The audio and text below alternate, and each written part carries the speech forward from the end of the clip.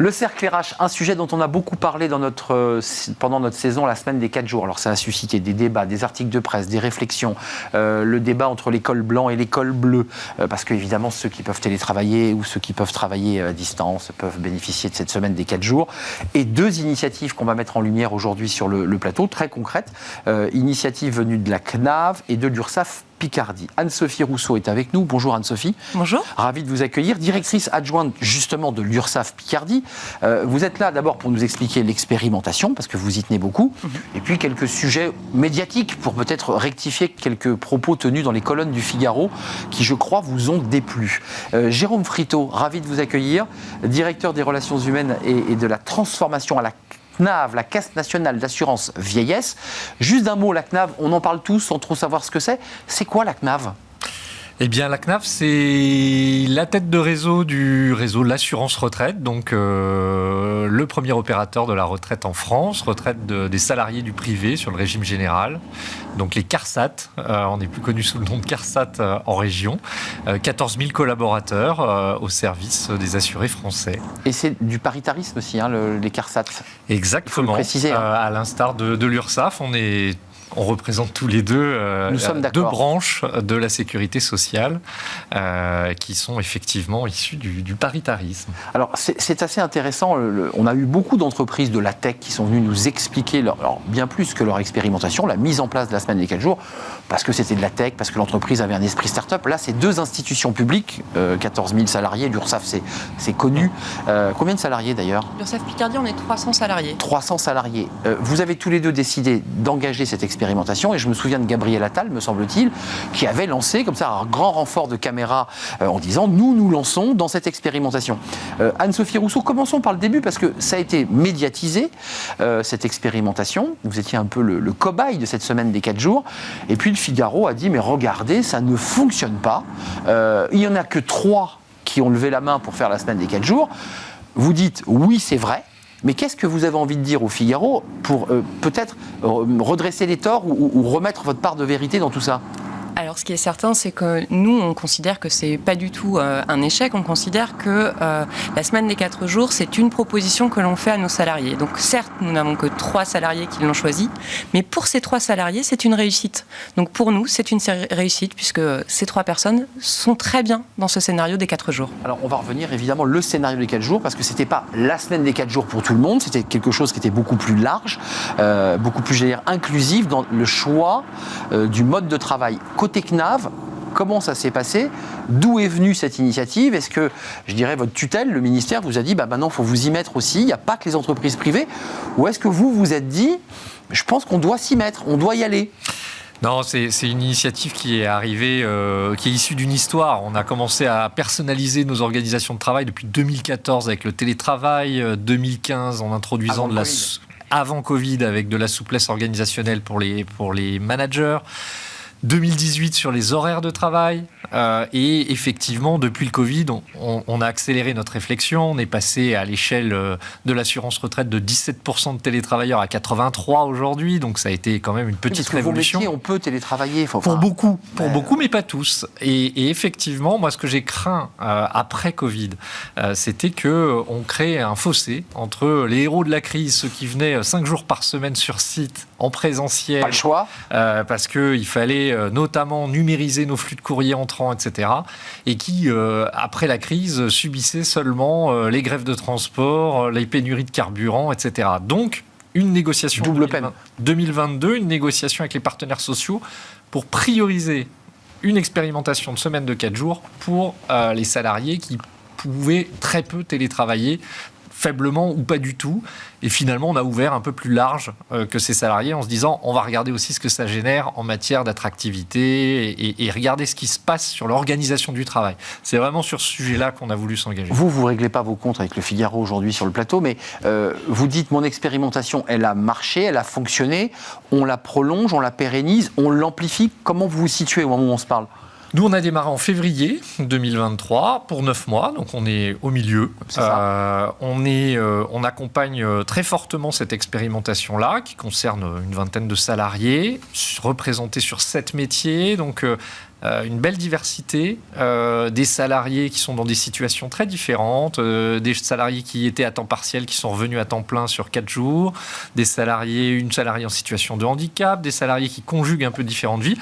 On va regarder ce que ça donne sur ces 7 métiers. On se fait accompagner par des chercheurs en neurosciences pour voir un peu comment on réagit, quoi. Comment on réagit. On veut faire ça bien, et au bout des 9 mois, on reviendra à la table des négociations avec les partenaires sociaux pour voir si on élargit et si on arrive aussi à convaincre des managers. Parce que moi, je n'ai pas voulu forcer les managers qui subissaient déjà beaucoup de révolutions. On reviendra sur le temps de travail, parce qu'il y a un vrai enjeu, 9h, 35, 37 heures. Tous ces sujets, quand même, sont très concrets. Côté URSSAF, vous avez un choix, je dirais, plus ouvert. C'est-à-dire que vous dites, on pose sur la table 6 possibilités de travailler différemment, parmi lesquelles, d'où le débat sur les fameux 3 seulement, parmi lesquels on propose la semaine des 4 jours. C'était ça l'expérimentation. Exactement. Et nous, l'idée, ça reste de dire que la complexité du suivi du temps de travail, le calcul des RTT, c'est à l'employeur de le gérer. On intègre cette complexité pour laisser à nos salariés le choix du temps de travail dans la semaine, du nombre de jours de RTT qui leur convient à leur vie, à eux, au regard des contraintes qu'ils ont. Et donc vraiment, la semaine des 4 jours, c'est on repense quand même le travail. On ne fait pas 4 jours comme on fait 5 jours. Ça, c'est pas vrai. Et donc, les 3 salariés qui sont sur 4 jours, il y a un accompagnement pour s'assurer que l'organisation du travail a été revue. On les suit régulièrement. On a été en mesure d'adapter des choses avant la mise en place. On a continué à adapter des choses depuis la mise en place. Mais c'est bien aux salariés qu'appartient le choix. Juste une question concrète. Il y a des débats de personnes qui accueillent des dossiers qui sont en back-office et qui vont recevoir des documents. Vous parliez de digitalisation, de numériser, qui est du travail de bureau. Puis vous avez aussi à l'URSSAF de l'accompagnement et pour ne pas dire du contrôle. Aïe aïe aïe, quand le monsieur d'URSSAF vient, on rigole pas. Lui aussi, vous avez réussi. Il y aurait possibilité de le mettre sur 4 jours ou pas? Est-ce qu'il y a ce désir où les gens disent bah non, je préfère rester sur 5 parce que sinon ça me fait travailler 9 heures par jour et que la charge est plus lourde? Vous voyez ce que je veux dire d'un point de vue très sociologique là? Alors, du coup, nous, dans notre expérimentation, les cadres au forfait sont exclus et nos inspecteurs sont des cadres au forfait. Donc ceux-là sont sortis. Donc ceux-là ne peuvent pas bénéficier de l'expérimentation. C'est ceux qui ont la semaine un contrat de 35 heures. C'est exactement ça. C'est des personnes qui badgent, qui peuvent bénéficier de la semaine des 4 jours. En revanche, eux n'en bénéficieront pas. On est bien d'accord. Ils sont au forfait. Les cadres au forfait, alors, en l'état, à la sécurité sociale, c'est pas compatible. C'est pas compatible. 79% des agents du service public en France sont favorables à la semaine de 4 jours s'il n'y a pas de travail, avec cette petite coquille sur favorable, et vous nous en excusez.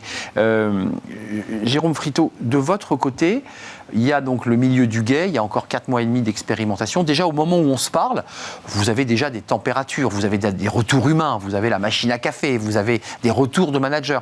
Sur le plan de la qualité de vie au travail et sur le plan, je dirais, de la qualité du travail rendu, ça donne quoi ?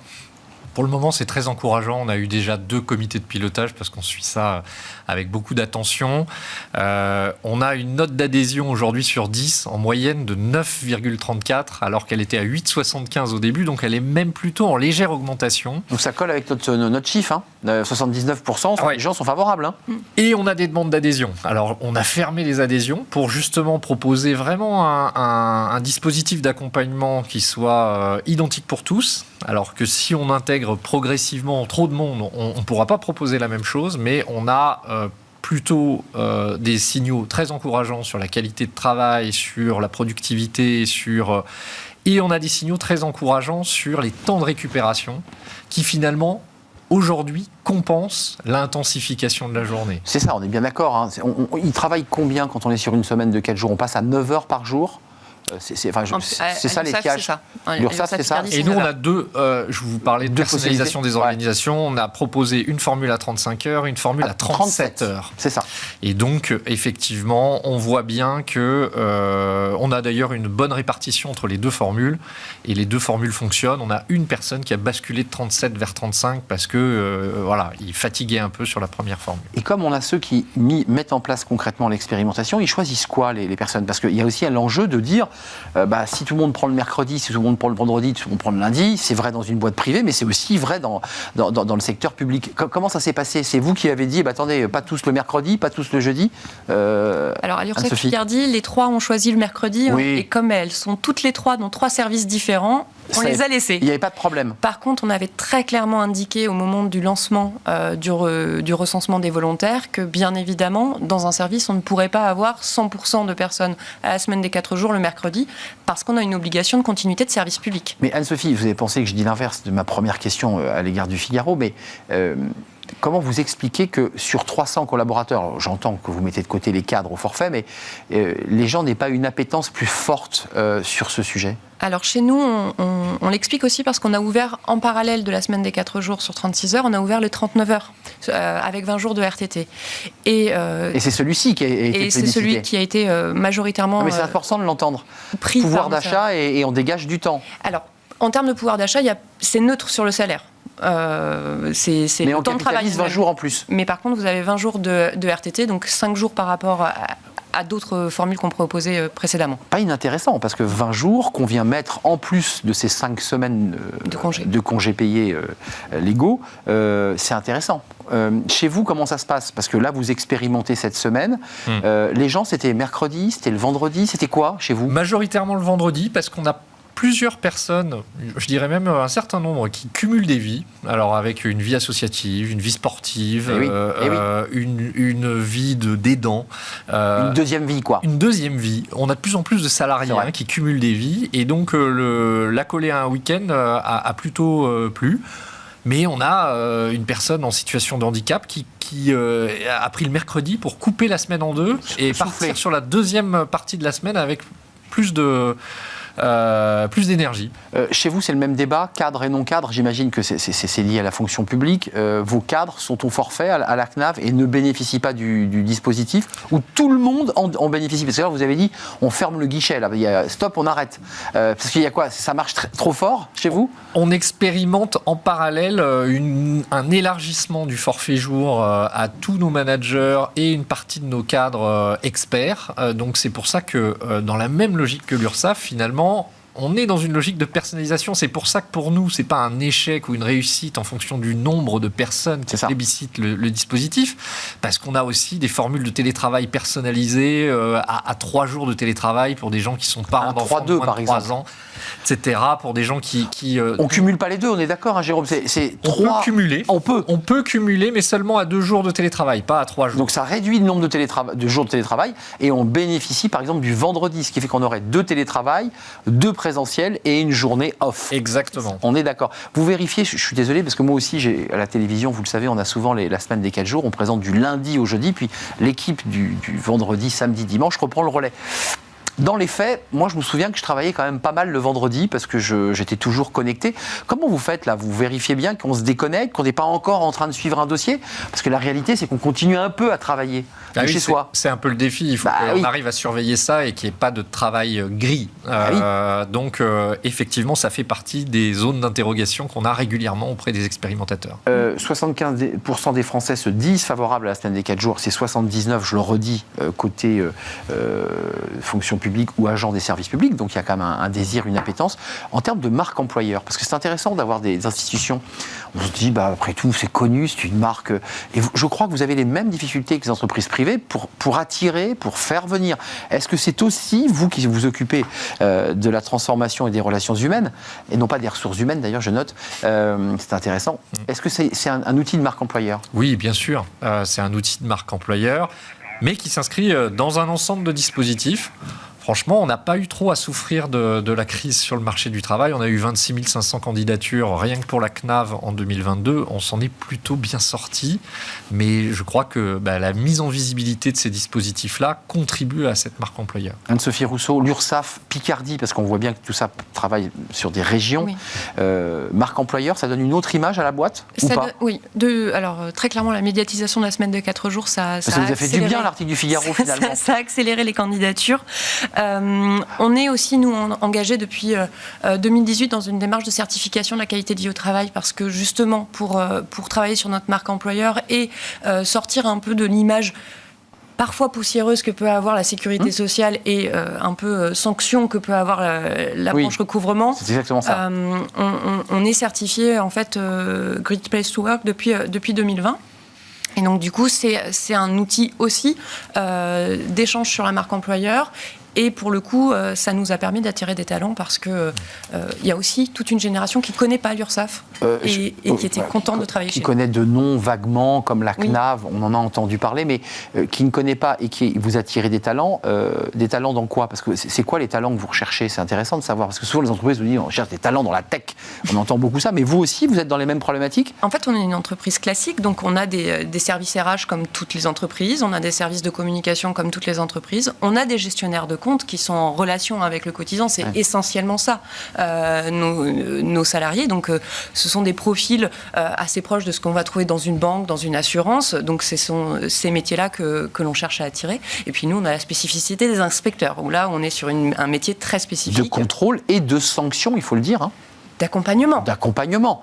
Mais il arrive parfois que l'URSSAF, lorsque une entreprise n'a pas respecté les règles, il faut le dire, soit sanctionnée. Enfin, je veux dire, la sanction, elle existe, elle fait partie de la palette des inspecteurs. On est bien d'accord. On a une action très spécifique dans la lutte contre le travail dissimulé. Ça fait vraiment partie de leur activité. On est là pour assurer le fait que tout le travail est correctement déclaré, parce que c'est les ressources de la sécurité sociale et ce sont les retraites qu'on verse demain qui sont payées par les cotisations sociales.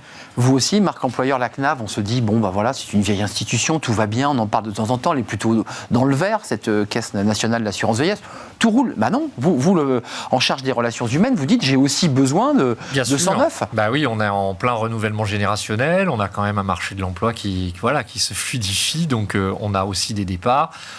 Nous, on a la spécificité d'être national, donc évidemment, on a aussi besoin de profils dans l'IT, dans la tech, dans la data, en plus finalement de nos cœurs de métier, puisqu'on est opérateur direct de la retraite en Ile-de-France. Donc on a des gestionnaires dans nos agences retraite, on a des téléconseillers sur notre plateforme de services, on a besoin une entreprise, de profils très diversifiés, en gros volume, puisque rien que sur l'Ile-de-France et Tours, puisqu'on a un gros site à Tours, on est 3600 salariés. Et bien sûr, dans l'ensemble du pays, on a fait déjà plus de 600 recrutements en 2022. Mais le levier 4 jours, le discours que vous portez, qui est très moderne sur la qualité de vie au travail, le bien-être, est-ce qu'il a un impact? Est-ce que vous le ressentez? C'est dur de le quantifier, mais... Il a un impact à la fois sur nos salariés en poste, et on fait des baromètres réguliers, on essaye d'intégrer le ressenti des collaborateurs dans nos pratiques managériales, et en même temps, on voit bien qu'il a un impact aussi à l'extérieur vis-à-vis des candidats. Vous aussi, un tout dernier mot, Anne-Sophie Rousseau? On est tout à fait d'accord. Nous, l'adaptation des 39 heures et des 36 heures sur 4 jours, c'est les salariés qui nous ont fait réfléchir à ça. Qu'on y voit clair, on est bien sur 4 jours pour ceux qui sont lancés de part et d'autre. Ils travaillent 36 heures chez vous? 36 heures sur 4 jours, oui. 36 heures et chez vous, qui dit mieux? 35 ou 37 heures. Non, mais qu'on y voit clair. Et ce sont des choix, et sur la base, si j'ai bien compris, du volontariat. Tout à fait. Vous ne forcez personne à travailler 4 jours. Absolument pas. C'est un vrai plaisir de vous accueillir, parce que c'est intéressant d'avoir les expérimentations et ceux qui les vivent de l'intérieur. Merci à vous, Anne-Sophie Rousseau, directrice adjointe de l'URSSAF Picardie. Donc vous êtes basée à Amiens, tout à fait, si je ne m'abuse. Et Jérôme Friteau, merci d'être venu nous rendre visite. Vous êtes directeur des relations humaines et de la transformation à la CNAV. Merci de mettre relations humaines, ça c'est intéressant, ces petites nouveautés dans la terminologie. On tourne une page et on se tourne vers fenêtre sur l'emploi. On découvre un acronyme. C'est tout de suite et on accueille notre invité.